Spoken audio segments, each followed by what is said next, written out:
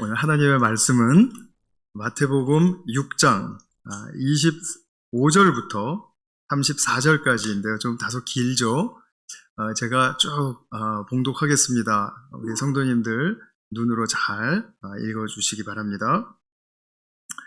그러므로 내가 너희에게 말한다. 목숨을 부지하려고 무엇을 먹을까 또는 무엇을 마실까 걱정하지 말고 몸을 감싸려고 무엇을 입을까 걱정하지 말아라. 목숨이 음식보다 소중하지 아니하냐? 몸이 옷보다 소중하지 아니하냐? 공중의 새를 보아라. 씨를 뿌리지도 않고 거두지도 않고 곳간에 모아들이지도 않으나 너희의 하늘 아버지께서 그것들을 먹이신다. 너희는 새보다 귀하지 아니하냐? 너희 가운데서 누가 걱정을 해서 자기 수명을 한순간인들 늘릴 수 있느냐? 어찌하여 너희는 옷 걱정을 하느냐? 들의 백합화가 어떻게 자라는가 살펴보아라. 수고도 하지 않고 길쌈도 하지 않는다. 그러나 내가 너희에게 말한다. 온갖 영화로 차려입은 솔로몬도 이 꽃 하나와 같이 잘 입지는 못하였다.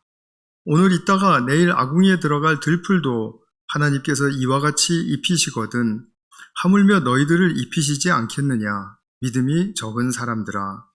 그러므로 무엇을 먹을까, 무엇을 마실까, 무엇을 입을까 하고 걱정하지 말아라. 이 모든 것은 모두 이방 사람들이 구하는 것이요. 너희의 하늘 아버지께서는 이 모든 것이 너희에게 필요하다는 것을 아신다. 너희는 먼저 하나님의 나라와 하나님의 의를 구하여라. 그리하면 이 모든 것을 너희에게 더하여 주실 것이다. 그러므로 내일 일을 걱정하지 말아라. 내일 걱정은 내일이 맡아서 할 것이다. 한날의 괴로움은 그날에 겪는 것으로 족하다. 아멘. 이제 우리가 예수님의 비유 25번째 시간으로 돌아왔는데요. 솔로몬의 의복보다 영화로운 백합화라는 우리 제목으로 오늘은 28절부터 30절까지를 중심으로 해서 좀 이 말씀을 살피도록 하겠습니다. 예수님의 그 산상수훈은 너무나도 유명한 말씀이죠. 마태복음 5장부터 7장까지 기록이 되어 있습니다. 그리고 또 우리가 잘 오늘 본문을 살펴보시면은 유독 반복해서 하시는 말씀이 있습니다. 그것이 무엇이냐면 걱정하지 말아라 입니다. 그래서 인간이 걱정하는 것을 주님께서 너무 잘 아세요. 이해해 주십니다. 그런데 그 걱정을 어떻게 다루고 어떻게 극복해야 할 것인가에 대한 것을 주님이 오늘 말씀해 주신다라고 그렇게 생각이 돼요. 사람은 누구나 다 걱정이 있죠. 그리고 두렵기도 하고 또 불안하기도 합니다. 이런 감정들이 다 잘못됐다라고 생각하시면 안 됩니다. 나쁜 것은 아닙니다. 때때로 이런 염려와 불안 이런 것이 우리의 방어 기제로 사용이 되어서 주변과 또 자기 자신을 보호할 수 있는 그런 자세를 갖추게 해줍니다. 그래서 이런 것들은 부정적인 감정이지만 사실은 또 필요한 때도 있습니다. 큰 동물이 습격해 오는데 하나도 불안하거나 두렵지 않다. 그러면은 이내 곧 그의 뱃속에 들어가 있겠죠. 그러니까 그런 식이라는 거죠. 그리고 우리가 적절한 두려움, 불안 필요합니다. 근데 문제는 뭐냐면 이것을 잘 대처하지 못하고 또 극복하지 못하는 것입니다. 그것이 그냥 그때 그 한때의 기능으로 딱 발휘하고 그리고 나가야 되는데 이것이 점점 더 큰 두려움 그리고 큰 걱정 이렇게 휩쓸리게 한다라는 것이죠. 자, 큰 걱정, 큰 불안, 큰 두려움이 나를 휩쓸게 되면 그러면 주변이 보이겠습니까? 사람을 이해하고 사람을 배려하고 싶은 마음이 생기겠습니까? 안 생기죠. 오히려 자기 중심적인 그런 성향들이 폭발하게 되는 기회를 제공하게 됩니다. 그래서 이 극도의 불안, 두려움 이런 것이 내 내면의 세계 속에서 이제 그 나를 폭발시키면 결국 자기에게도 마이너스고 그리고 주변에도 상대에게도 악영향을 끼치는 그런 결과를 가져오게 되죠. 그래서 성경에 하지 말라라고 하는 말이 가장 많이 나오는 말이 무엇인지 아시죠? 두려워하지 말아라. 365번까지도 아시네요. 네. 그러니까 매일매일 두려워하지 말아라. 이런 뜻이겠죠. 네, 맞습니다. 그런데 이 말씀을 또 오해해서 두려움이 있는데도 없는 것처럼 이렇게 스스로를 속인다라든지 아니면 또 두려움이 없는 것처럼 담대하게 싸우고 그리고 화를 내고 이러는 것이 이제 자기의 어떤 두려움을 극복한 모습으로 보이려고 하는 것은 좀 다소 유아적이다 이렇게 말할 수가 있겠죠.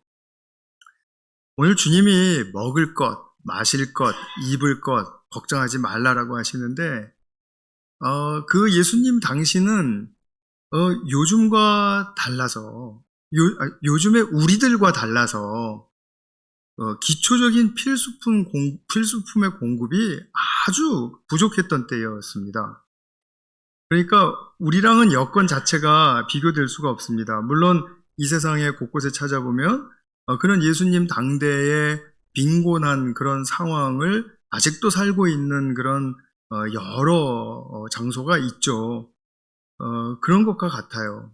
근데 그렇게 기초 필수품이 필요한 그런 상황 속에서 지금 예수님 하시는 말씀은 걱정하지 말아라예요. 많으니까 걱정하지 말아라가 아니라 없는데도 불구하고 걱정하지 말아라 라는 말씀이라는 거죠. 이거 한번 우리가 고민해 볼 필요가 가치가 있지 않겠습니까? 그래서 아까 말씀드린 대로 28절부터 30절까지 중심으로 우리가 보실 텐데 제가 옷 이야기로 좀 시작을 해보겠습니다. 옷 필요하시죠? 옷 좋아하시죠?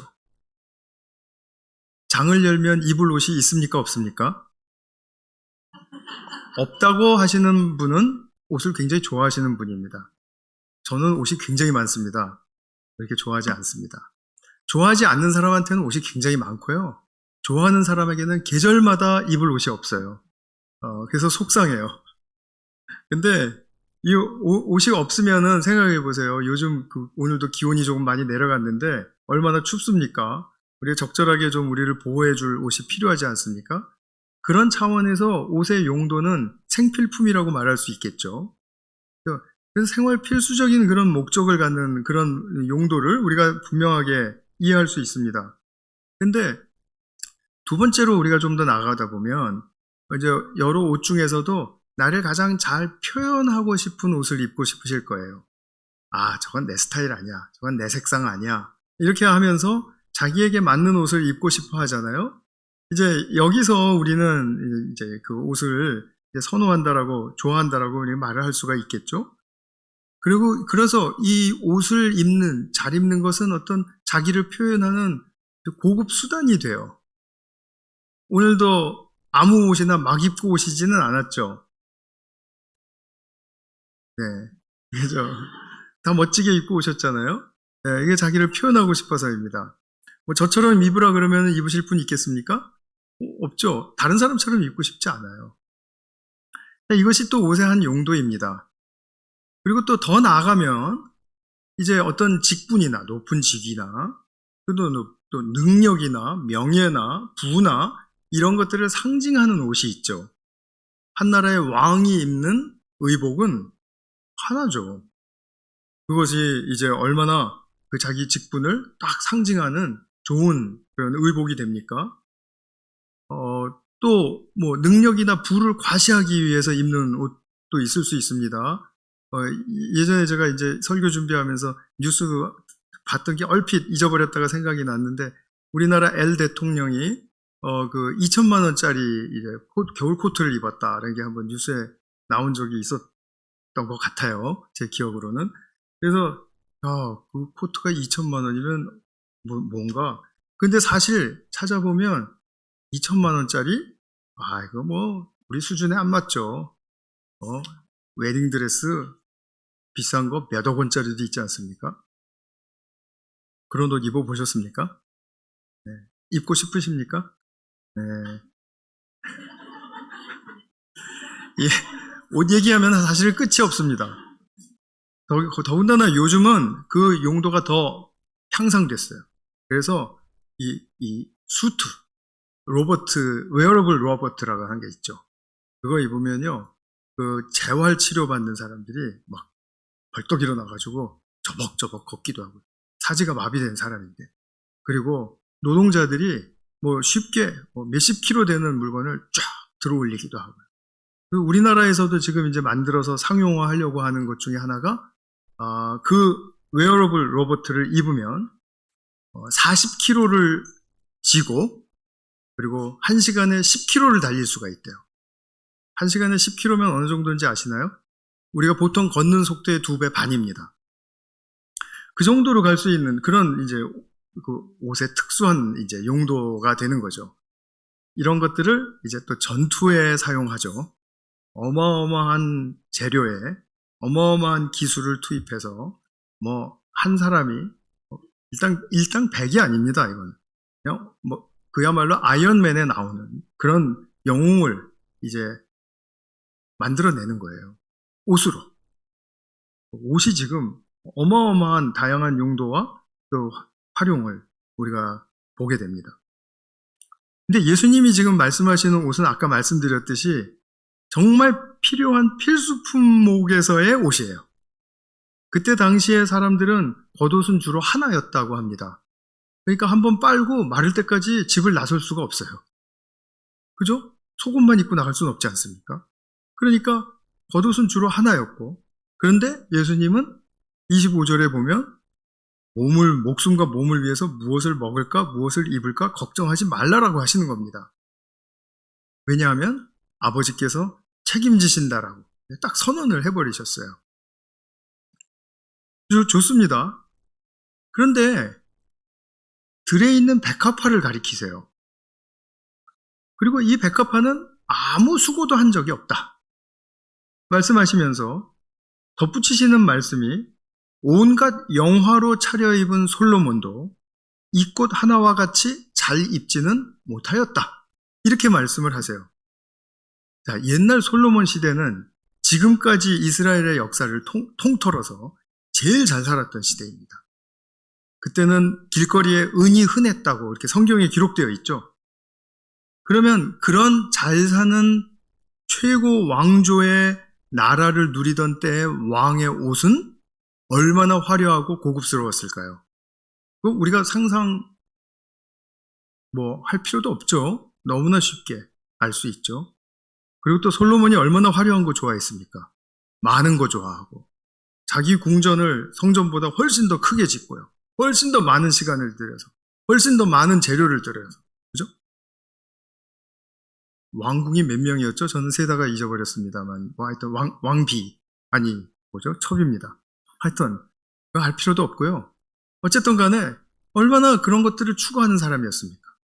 그런데 예수님 말씀은 이 이스라엘 전체 역사를 통해서 가장 영화로운 모습을 하고 있었던 솔로몬보다도 이 백합화가 훨씬 더 영화스럽다, 영광스럽다라고 말씀을 하세요. 정말 그렇습니까? 오늘 정말 설교랑 딱 맞는 꽃을 이렇게 준비를 해주신 것 같아요. 제가 다니면서 보면은 이 하얀 꽃들 좀 들풀로 많이 보이는 것이고요. 이거 무식이 탄로날까봐 말씀은 못하겠지만 무슨 꽃인지 하여튼 참 예쁘지 않습니까? 꼭 들에서 보는 것 같은 그런 꽃인데, 정말 이런 꽃이 솔로몬의 영화보다 더 영화롭다라고 그렇게 생각이 되십니까? 어떤 면에서요? 예수님은 도대체 어떤 것을 의식하시고 이런 말씀을 하셨습니까? 이런 꽃보다도 또 풀까지도 얘기하십니다. 내일 아궁이에 들어갈 들풀도 하나님께서 이렇게 영화롭게 입히시는데 하물며 너희들을 입히시지 않겠는가? 이렇게 말씀을 하세요. 도대체 예수님은 무엇을 의식하시고 이런 과감한 말씀을 하실 수 있었을까요? 그것을 오늘 좀 우리가 알고 싶은 것입니다. 예수님은 이 땅에 그러니까 하나님의 이 피조 세계에 오셔서 가장 가치 있는 것을 분명하게 우리에게 가르쳐 주셨어요. 그것은 뭐냐면 생명입니다. 생명. 예수님은 이 땅에 오신 목적이 생명을 주시려고 오신 분이다 라고까지 우리 요한복음에서 이야기하죠. 생명 주시려고 오셨다라는 말은 이 땅에서 생명의 회복이 가장 중요하다라는 뜻이죠. 근데 그 생명은 사람을 향한 생명이 생명이시겠죠, 물론. 그러나 사람뿐만이 아니라 식물도 동물도 곤충도 생명을 다 가지고 있습니다. 그렇죠? 그래서 이 생명을 보면 너무 그 양상이 다양합니다. 특징도 다 다르고요. 그런데 이 모든 생명이 갖는 공통점이 있습니다. 공통점. 무엇인지 딱 떠오르시나요? 좀 어려운 질문이긴 합니다. 모든 생명은 태어나고 탄생하고 그다음에 성장하고 변화하고 그리고 마지막으로 사멸합니다. 죽습니다. 모든 생명이 갖는 공통점이 이것입니다. 이 단계를 거치는 것입니다. 그러면은 생명은 유한하다라는 말이죠. 이 땅에서의 생명은 유한하다. 그런데 이 유한한 생명일지라도 어떤 영화보다도 더 위대한 영화로움을 지니고 있다. 라고 말씀을 하시는 겁니다. 그러면 이런 유한한 단계를 지나는 생명, 사라질 운명을 만나는 이 생명이 왜 가치가 있는 것입니까? 예수님은 왜 가치가 있다라고 말씀을 하시죠? 그것은 하나님의 진리와 사랑, 그리고 조금 더 평범한 말로 하면 하나님의 멋, 그리고 하나님의 아름다움, 이것을 다 생명마다 담아내고 그것을 표현하고 때로는 그것을 나누어서 증폭시키기도 하고 서로가 그것을 풍성하게 피조개를 채울 수 있는 그런 역할과 기능을 하는 것이 바로 생명이기 때문에 그래요. 계속 설명을 좀 드려보겠습니다. 하나님이 그래서 피조물을 지으신 이유는 당신의 진리와 사랑을 드러내는 그런 영광을 드러내기 위한 그런 목적을 가지고 있다라고 그렇게 말씀하신 뜻이 바로 여기에 있죠. 영광이라는 말 자체가 하나님의 속성이 드러난다라는 뜻입니다. 그 포인트는 드러남입니다. 그러니까 하나님의 성품, 하나님의 속성, 또 하나님의 멋, 그리고 하나님의 그 계획, 마음 이런 것들이 드러날 때 그때 영광스럽다라고 이야기를 한다는 거죠. 성경적인 해석이 그렇습니다. 그러니까 하나님께서 이사야서 43장 7절 같은 부분을 보면 유명한 말씀 나오죠. 나에게 영광을 돌리라고 창조한 사람들, 내가 빚어 만든 사람들을 모두 오게 하여라.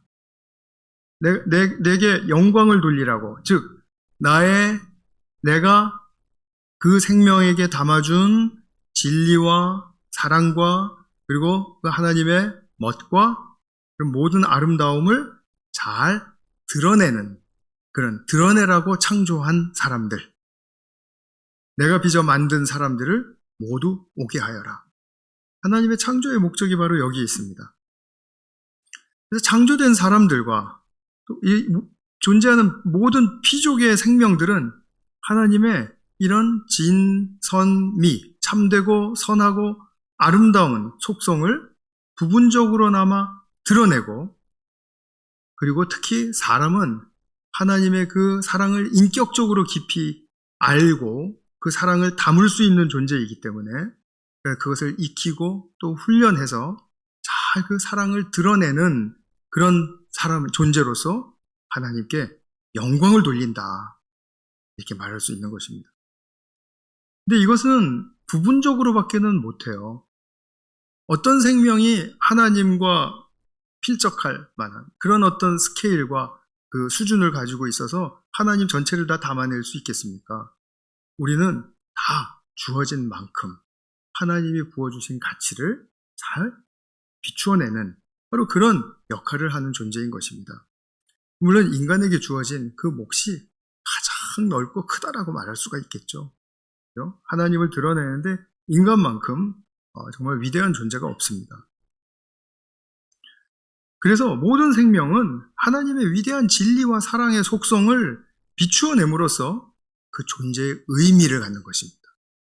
그 존재의 의미가 무엇인가? 가치가 무엇인가? 하나님이 부어주신 것을 나는 비추어낸다.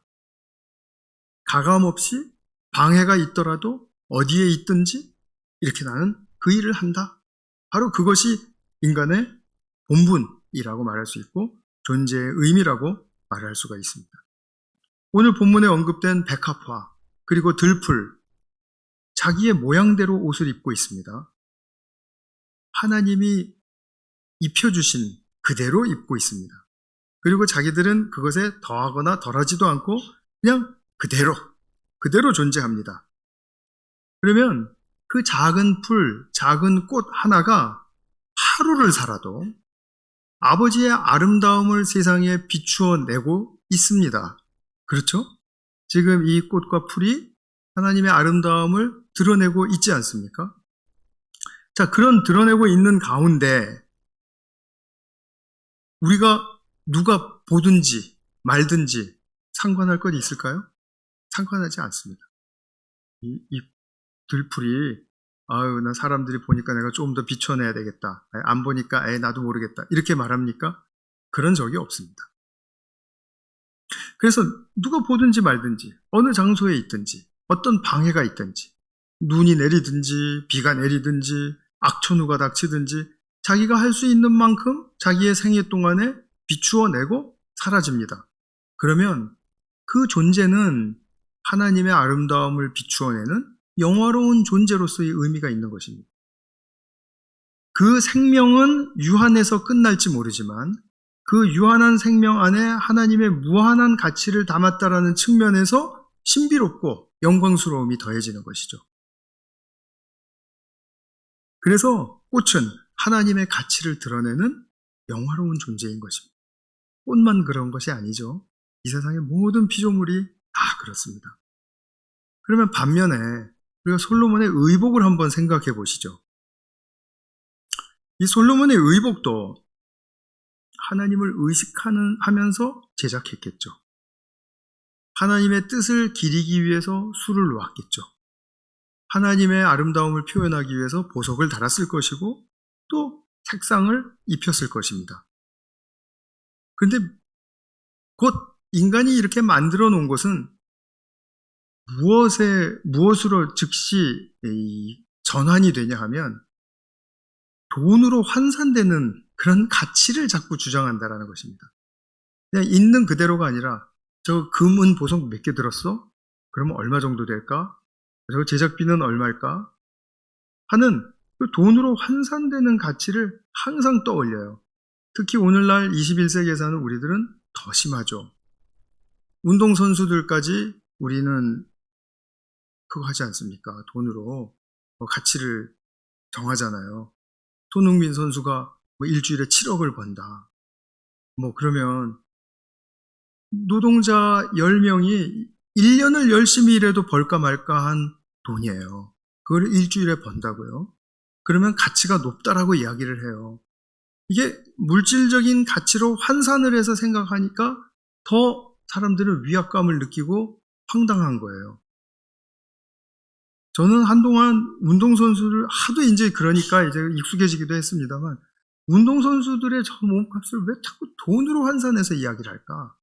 왜 결국은 돈의 가치로 저 사람의 가치를 끝맺음을 할까? 정말 참 많이 좀 어려웠습니다. 그거 정말 받아들이기 아직도 어렵습니다만 항상 돈으로 가치를 생명을 가치로 돈으로 어떻게 돈의 가치로 바꿉니까? 이것이 참 어떤 우리가 자꾸 이 땅의 수준으로 나쁘다라기보다는 자꾸 땅의 수준으로 저 수준으로 우리를 끌어당기고 끌어내리는 그런 일을 스스로 하고 있는 것이죠. 그리고 돈으로 환산되는 가치가 있으면 항상 무엇이 또 따라옵니까? 비교가 따라옵니다. 안 그렇습니까? 그러면 살라는 얼마 받아? 호나우드는? 이러고 이제 다 물어보고 궁금해요. 그러니까 요즘 또 이 세상의 모든 정보를 담고 있는 이 핸드폰, 우리가 또 찾아가는 거죠. 이 도사와도 같은 이 핸드폰으로 찾아가서 살라는 얼마를 벌고 호나우드는 얼마를 벌고 또 이렇게. 그래서 쓸데없는 이 지식이 너무 많이 쌓이는 거예요. 그러던 와중에 진짜 생명의 가치는 잊어버리는 거예요. 그것에 대해서는 별로 상관하지 않아요. 그러면은 항상 그렇죠. 손흥민을 능가할 선수가 나올까 안 나올까? 얼마 만에 나올까? 이런 거 생각한단 말입니다. 그냥 제가 생각하는 걸 다 그냥 폭로를 해드려 버렸네요. 어쨌든 간에 그래서 우리가 돈으로 물질적인 것으로 환산하는 이 가치의 방식, 그리고 또 누구의 것과 비교하는 그런 비교 의식, 이런 것들이 충만해지게 되면 우리는 자신의 삶을 지금 현재 있는 조건 그대로 하나님의 영광을 드러내면서 살아야 된다는 것이 가치가 있게 느껴질까요? 없게 느껴질까요? 나는 못 살겠다라는 결론으로 곧장 다가가는 거예요. 큰일 났다, 내 인생. 이렇게 생각되는 거 아닙니까? 그래서 우리가 솔로몬의 의복에 한번 그 속성을 잘 생각해 보면 꽃 한 송이, 들풀 하나가 이게 비교의 대상이 될 수 없다는 것을 우리는 금방 알게 됩니다. 어떻게 들풀 하나와 솔로몬의 옷을 비교를 하겠습니까?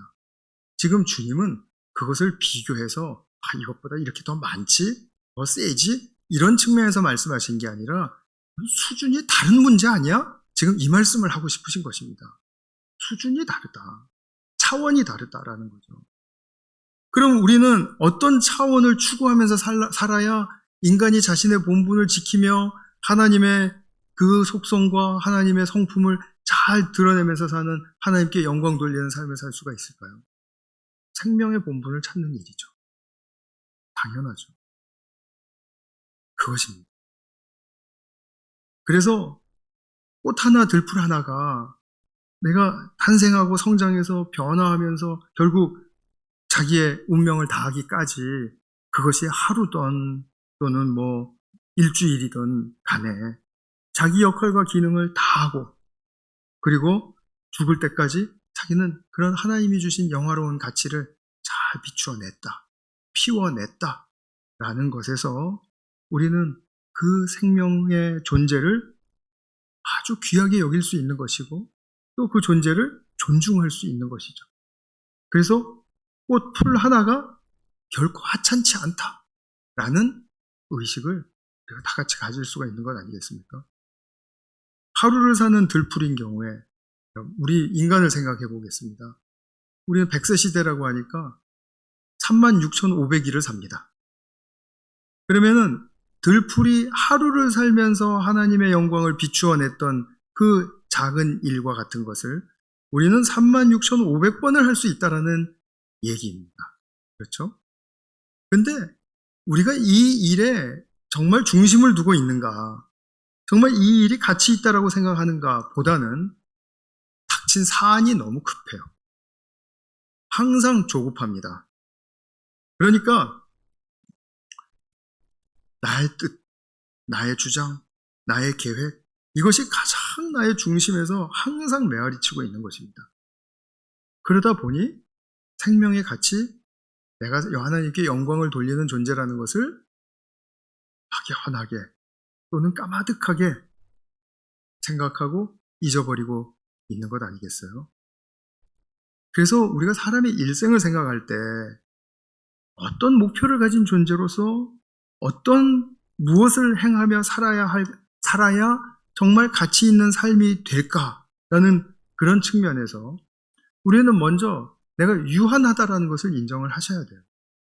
나는 떠나간다. 이 땅에서는 떠난다. 그런데 이 땅에서 사는 동안에 나라는 생명 안에 하나님께서 부어주신 그런 가치로운 것들이 담겨져 있다. 그리고 아직도 담아주고 계신다. 라는 것을 알고 발견하고 그리고 그것을 비추어내는 그런 우리의 삶의 본분이 다해야 정말 우리가 무엇을 하더라도 가치 있는 인생의 의미를 찾을 수 있는 것 아니겠습니까? 하나님이 하나님의 진리와 사랑을 우리에게 보여주셨습니다. 그래서 우리를 담아주셨습니다. 그래서 우리는 그것을 하나님께 그냥 거저 받았습니다. 그럼 거저 받았으면 그러면 없어도 되냐? 공짜니까 소홀히 해도 되냐? 이런 것이 아니죠. 너무나 가치가 있는 것 때문에 거저 받을 수밖에 없었던 것이고 왜냐하면 우리는 지불할 능력이 없으니까요. 그러면 그 위대한 것을 주신 것은 하나님의 사랑과 자비의 그 놀라운 너그러운 성품 때문이고 또 그것이 바로 나의 아버지이다. 아버지라는 사실을 깨달으면 그러면 내가 아버지와 함께 동행하며 사는 인생 속에서 무엇을 내가 드러내면서 살아야 할 것인가? 내 삶을 통해서 무엇을 비추어내야 할 것인가? 라는 것을 잘 알고 그리고 하루의 삶에 그 초점을 가지고 사는 것, 그것이 바로 오늘 내가 살아야 할 본분을 다하는 것 아니겠습니까? 하나님의 영광이 드러나는 삶이 바로 그것이라는 거예요. 누가 인정해주지 않아도 됩니다. 우리는 자꾸 누가 인정해준대 그러면 그거는 정말 생각해서 지우셔도 됩니다. 이것을 지우시지 않고 계속해서 사람을 의식하다가는 정말 아무것도 안 됩니다. 그리스도인의 삶과 또 그리스도인의 사역, 사역이라 그러면 사실 돌봄과 섬김이죠. 그리스도인의 삶과 사역에서 이 핵심이 흐트러지면 결국 우리는 무의미에 빠지게 되는 것입니다. 예수님을 믿고서도 왜 삶이 이렇게 무의미할까라는 것을 느낄 때가 종종 있으실 거예요. 그런데 우리가 살아있는 동안에 그 무의미를 깨달았다면 정말 다행인 것입니다. 죽기 전에 내 인생은 무의미했구나 그러고 꼴까닥 하면 그건 진짜 무의미한 거죠. 그런데 내가 무의미한 삶을 오늘 살았구나 그러면 내일 바꿀 수 있잖아요. 이거 얼마나 큰 소망입니까? 얼마나 큰 반전입니까? 내 인생에 내가 살던 그대로 살아가는 것보다도 좀 이런 반전을 이루면서 사는 것이 훨씬 더 좀 생명의 힘이 넘치는 삶을 사는 것이다라고 이렇게 생각이 되지 않으세요? 그래서 하나님이 가치를 우리에게 부어주신 것이 바로 우리 인생의 가치이고 우리 인생의 사역으로 나의 삶을 살아갈 때 그 인생의 가치가 바로 또 사역의 가치가 되는 것입니다. 구분할 필요가 없습니다. 내가 뭔가 특별한 일을 해서 하나님께 영광 돌린다? 그거는 특별한 콜링을 받으셨을 때 할 수 있는 말씀이세요. 그러나 모든 사람이 다 특별한 콜링을 받지는 않아요. 우리는 일상적으로 또 보편적으로 이렇게 하나님의 영광을 드러낼 수 있는 삶을 누구나 다 공급받습니다. 이게 허락되었습니다. 그렇기 때문에 우리는 이 측면에서 먼저 우리의 삶을 돌아보고 그리고 나의 삶의 진정한 본분을 찾는 것이 정말 옳은 일이라고 말씀드리고 싶습니다. 우리의 걱정과 또 불안, 이 시작은 어디에서 옵니까? 우리는 자꾸 생각하기를 현실이 나를 자극해서 내가 두려워지고 걱정하기 시작한다라고 말을 해요. 그러나 현실은 항상 그 모습 그대로 계속 돌아가고 있습니다. 올라갔다가 내려갔다, 올라갔다, 내려갔다. 잘 됐다, 못 됐다, 그 다음에 높아졌다, 낮아졌다, 또 안 됐다가 또 계속 그런 사이클을 가지 않습니까?